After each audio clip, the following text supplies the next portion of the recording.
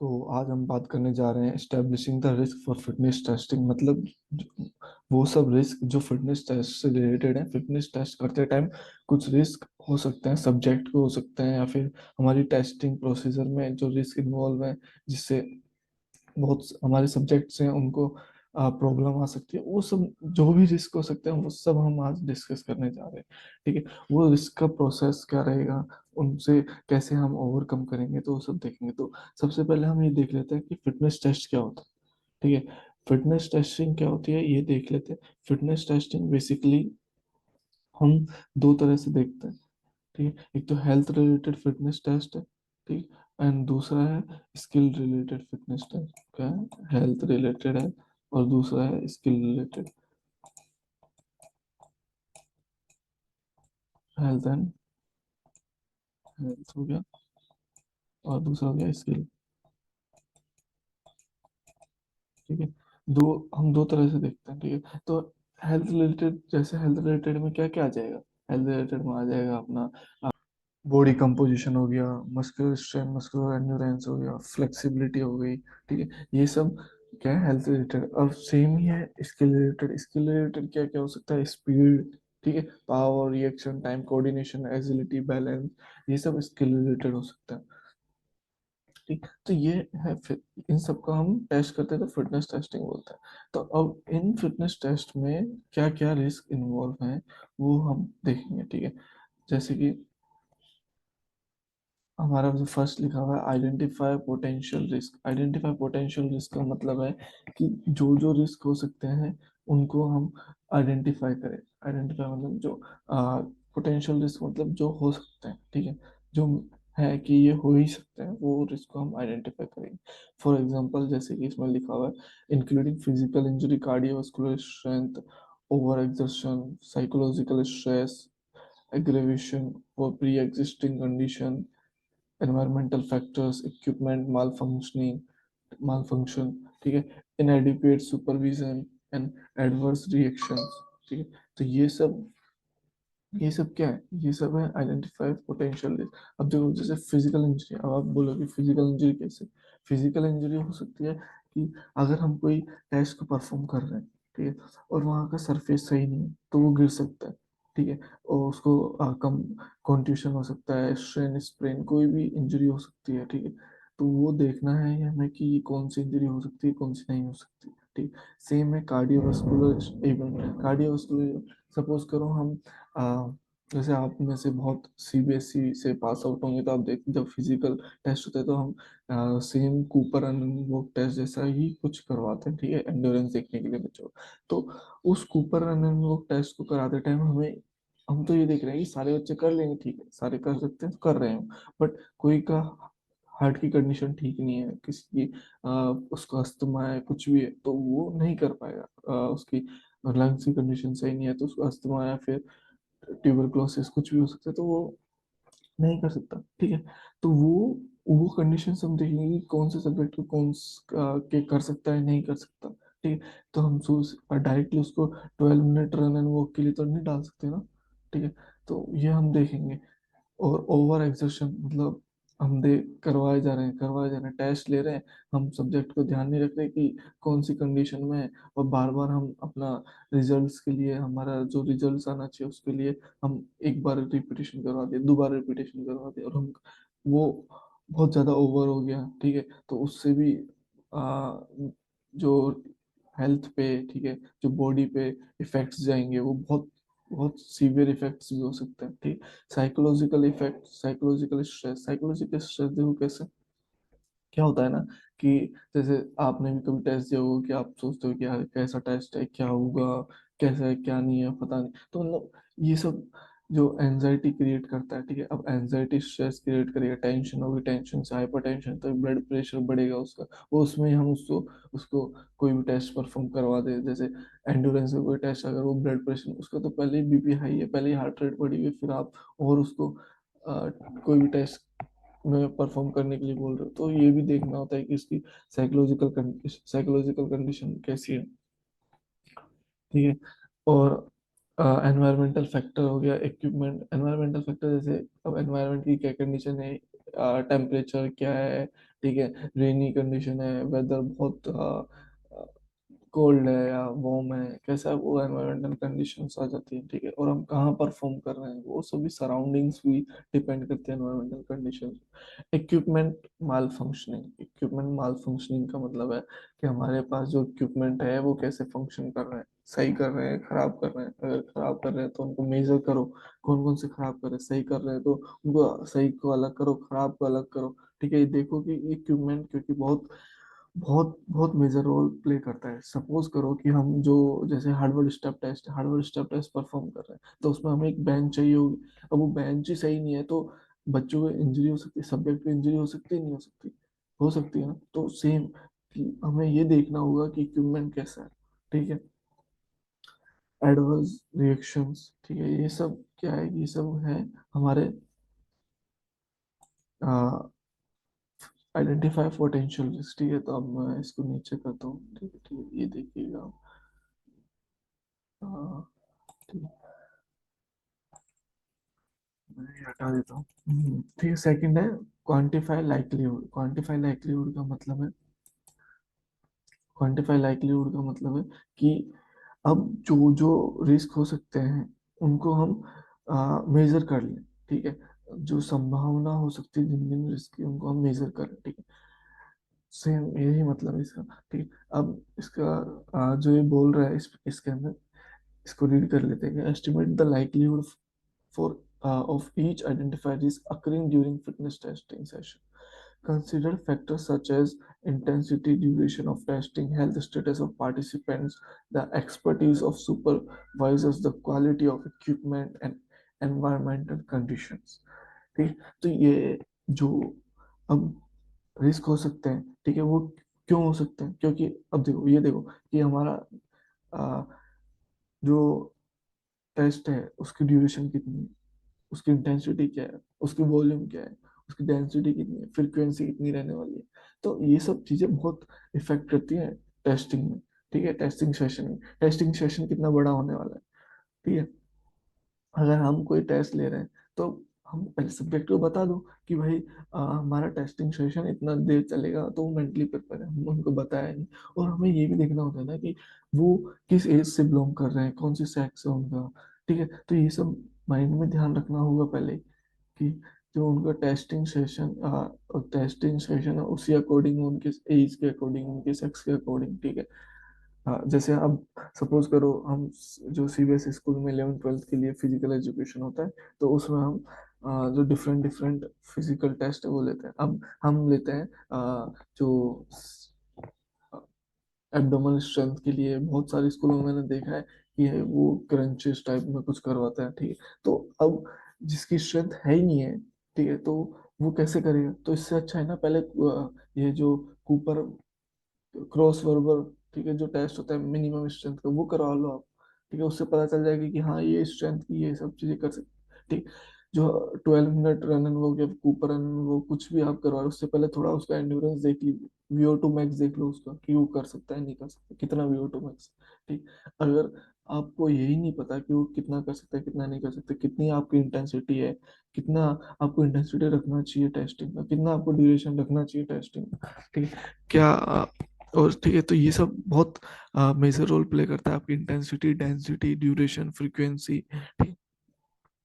ये लोड के प्रिंसिपल्स भी हैं, ठीक है। सेकंड है हेल्थ स्टेटस ऑफ पार्टिसिपेंट्स। अब पार्टिसिपेंट्स का हेल्थ स्टेटस ले लो पहले कि वो किसी क्रोनिक डिजीज से या फिर किसी एक्वायर्ड डिजीज से तो सरवाइव नहीं कर रहे, ठीक है। तो वो आप उनका स्टेटस ले लो, अगर है तो उनको अलग करो, उनका बाद में लेना, उनको आपके एक अलग से उनके लिए आपके पास कुछ स्टैंडर्ड्स होने चाहिए, उस बेस पे लेना, ठीक है। समझ में सो जो और सेकंड है ये, उसके बाद लिखा हुआ है एक्सपर्टीज ऑफ सुपरवाइजर। जैसे सपोज करो आप कोई टेस्ट ले रहे हैं, वो नहीं हो सकता ना कि आप हर टेस्ट के लिए एक्सपर्टीज हो, आप एक फिजिकल एजुकेशन टीचर हो, तो ऐसा नहीं हो सकता कि आप हर टेस्ट के लिए एक्सपर्ट हर टेस्ट में एक्सपर्ट हो। तो एक ऐसे एक्सपर्ट को लेके आ जाइए कि वो आपको गाइड करता रहे। बेटर है ना आप विदाउट गाइड करें, किसी की गाइडेंस में आप टेस्ट परफॉर्म कर रहे हैं तो वो इफेक्टिवली और एफिशिएंटली परफॉर्म हो सकता है। तो उसके बाद ये, ठीक है, उसके बाद क्वालिटी ऑफ इक्विपमेंट्स, इक्विपमेंट्स की क्वालिटी अच्छी होनी चाहिए, अच्छी क्वालिटी होगी तो अच्छा टेस्ट, अच्छा एक टेस्ट का फ्लो बहुत अच्छा जाएगा, ठीक है। एनवायरमेंटल कंडीशंस अच्छी होनी चाहिए, हमने डिस्कस कर ही लिया है, बेटर एनवायरमेंटल कंडीशंस, मतलब एनवायरमेंट कंडीशंस बेटर कैसी हो सकती थी वो, जैसे बहुत ज़्यादा वार्म वेदर है, हीट वेव्स है, और आप उसमें टेस्ट कर, तो आपके रिजल्ट्स भी अच्छे नहीं आएंगे, और उनको इंजरी भी हो सकती है, ठीक है। उनके हेल्थ पे इशू भी आ सकते हैं, ठीक है। वहीं आप बहुत ज़्यादा कोल्ड वेदर है, आप सुबह सुबह स्टार्ट कर दिए टेस्ट, तो उनका जो रेस्टिंग हार्ट रेट है वो कम रहेगी, उनका हार्ट जो ब्लड फ्लो है वो बहुत स्लो रहेगा, और उसमें आप उनको एक्टिविटी करने के लिए बोल दो एकदम से, ठीक है, तो वो जो होम्योस्टेटिस लेवल है वो एकदम से चेंज होगा, तो भी इफेक्ट आ सकता है बॉडी पे। तो ये एनवायरमेंटल कंडीशंस ऐसे इफेक्ट करेंगी, ठीक है। असेस सीवियरिटी, अब ये सब हमने देख लिया, अब क्या होता है, रिस्क बहुत तरीके से हो सकता है, ठीक है, पर हमें ये असेस करना होगा कि कौन सा रिस्क सीवियर है, कौन सा रिस्क से ज्यादा कॉन्सिक्वेंसेस हो सकते हैं, ठीक है। तो इसमें ये लिखा हुआ है, इवेल्युएट द पोटेंशियल सीवियरिटी और consequences of each risk if it were to occur, ठीक है, मतलब कौन सा रिस्क ज्यादा हो सकता है, कौन सा नहीं हो सकता है, उसकी कितनी पॉसिबिलिटी है, कौन सा रिस्क माइनर है, कौन सा मेजर है, कौन सा लाइफ थ्रेटनिंग है, कौन सा डिस्कम्फर्ट डिस्कम्फर्ट राइज कर रहा है, डिस्कम्फर्ट की तरफ लेके जा रहा है, ठीक है, टेस्टिंग को, ठीक है, कौन सा लॉन्ग टर्म हेल्थ के लिए इफेक्ट करेगा। तो ये सब हमें पहले ही, ये सब रिस्क से हमें, जैसे रिस्क तो हमने मेजर कर लिया, अब किस रिस्क से क्या हो सकता है वो भी मेजर करो।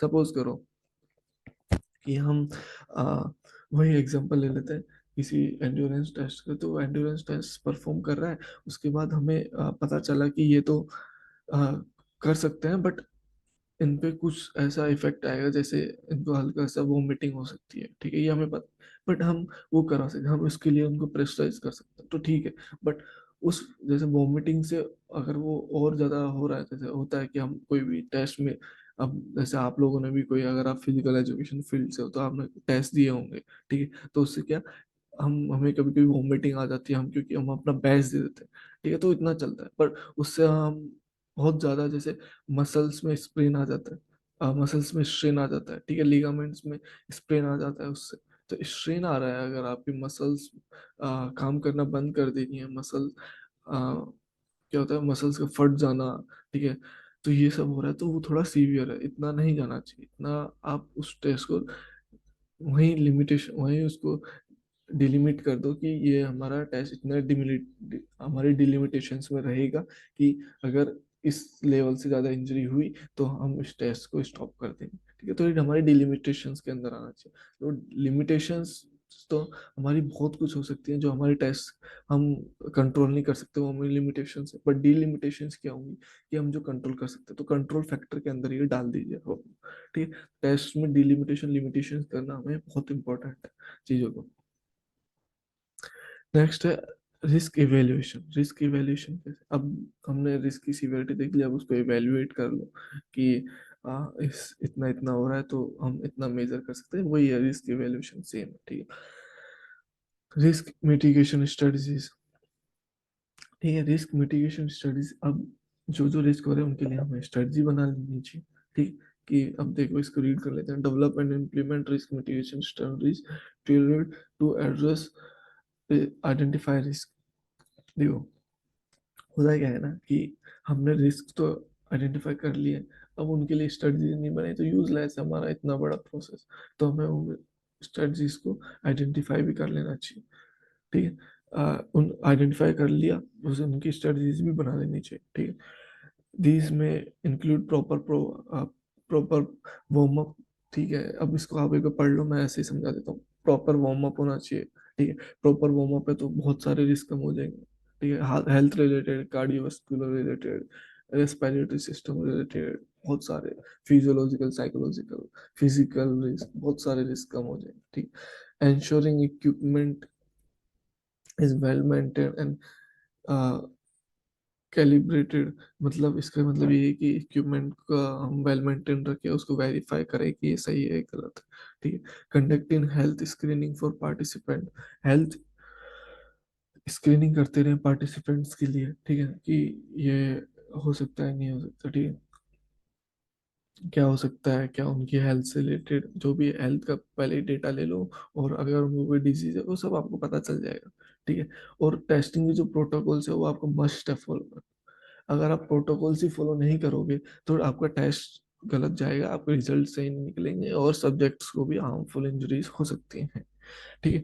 प्री एग्जिस्टिंग कंडीशंस, ठीक है, ये टेस्टिंग प्रोटोकॉल फॉर इंडिविजुअल, ठीक है, ये हमने देखा स्टेब्लिशिंग इमरजेंसी प्रोटोकॉल, ठीक है, फर्स्ट एड वगैरह रखो, इमरजेंसी प्रोटोकॉल जो भी हो सकते हैं वो स्टेब्लिश करो, ठीक है, कि एक, और जो सुपरवाइज की गाइडेंस होना चाहिए, जो क्वालिफाइड सुपरवाइज, ऐसा नहीं आप खुद ले रहे हो अंडर क्वालिफाइड सुपरवाइजर, किसी ने बोल दिया हाँ मैं करा दूंगा उसकी बातों में आ गए, नहीं ऐसा नहीं, मॉनिटर एंड रिव्यू। अब जो हमने प्रोसेस जो स्टेब्लिश किया है उसके अंडर में हमें चीजों को बार बार मॉनिटर करना होगा, रिव्यू करना होगा कि क्या हो रहा है क्या नहीं, और बच्चों से फीडबैक लेता रहो कि you are go, you are feeling well, ठीक है, ये सब हमने हमें उनसे बार बार पूछते रहना होगा, क्योंकि वही हमें फीडबैक देंगे, वही हमें कंडीशंस बताएंगे कि उनकी, अगर वो कर पा रहे हैं तो उनको करने दीजिए, ठीक है। इंसिडेंट्स, जो भी इंसिडेंट्स हो रहे हैं आपके आसपास, जो भी वहाँ पे कुछ भी हो रहा है तो उसको मेजर कीजिए, उसको नोट डाउन कर लीजिए, डॉक्यूमेंट, वो हम बाद में पढ़ेंगे, उनको देख लीजिए, उनको हम मेजर कीजिए कि क्या हो रहा है, ठीक है। और बार बार एक पीरियड में जैसे 5 से 10 मिनट का ड्यूरेशन, वो आपके टेस्टिंग ड्यूरेशन कितनी है उसके अकॉर्डिंग एक पीरियडिकल टेबल बना लीजिए कि इतना टाइम में मेरे को रिव्यू करना है, इतना टाइम में ये होना चाहिए, तो वो सब आपको एक टाइम टू टाइम मेजर करते रहना पड़ेगा, ठीक है। Update risk assessment,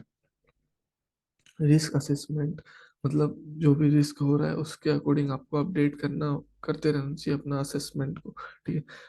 mitigation strategies based on observation, observe outcomes, ठीक है। और ये होता है ना, तो हमारी स्ट्रेटजीज तो हमने बना ली पर टैक्टिस, ठीक है, मतलब क्या होता है कभी कभी एनवायरनमेंट चेंज हो गया, या फिर एकदम से बच्चे की साइकोलॉजिकल कंडीशंस कुछ भी हो सकती है, साइकोलॉजी तो हम ऐसे मेजर नहीं कर सकते, तो उस अकॉर्डिंग हमारे जो स्ट्रेटजीज है वो भी चेंज हो जाएंगी, ठीक है। तो सेकंड है डॉक्यूमेंट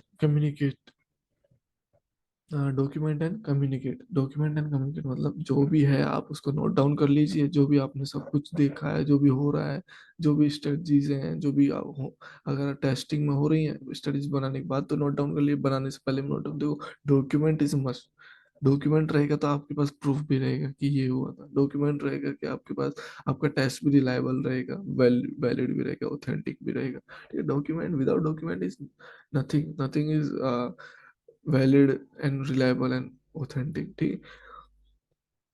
सो यही था, ठीक है। अब देखो समराइज क्या है इसका, क्या बोला, while it may not be possible to assign a precise numerical value to overall risk, ठीक है, हमें पता है कि हम एक इतना नहीं बता सकते कि 10 में से 5 रिस्क रहेगा, हम कोई बोले कि कितना रिस्क है 5, 10 में से 5 रेटिंग दूंगा मैं इस रिस्क को, नहीं हो सकता, हम रिस्क को सिर्फ मॉनिटर कर सकते हैं और कुछ नहीं कर सकते, ठीक, उसके स्टेप बाय स्टेप हम उसको इवेल्युएट कर सकते हैं, उसको मैनेज कर सकते हैं बस, ठीक है। तो ये फिटनेस टेस्टिंग में होने वाले कुछ रिस्क को हम कैसे, एक तरह के इनको आप गाइडलाइंस ही बोल सकते हैं जो फिटनेस टेस्टिंग में हमें फॉलो करनी चाहिए, ठीक है।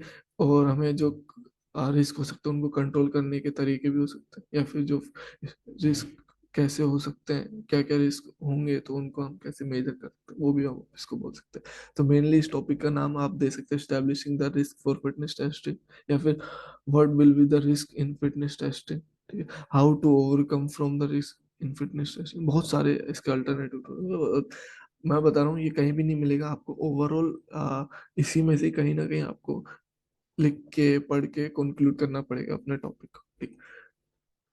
तो थैंक यू एवरीवन।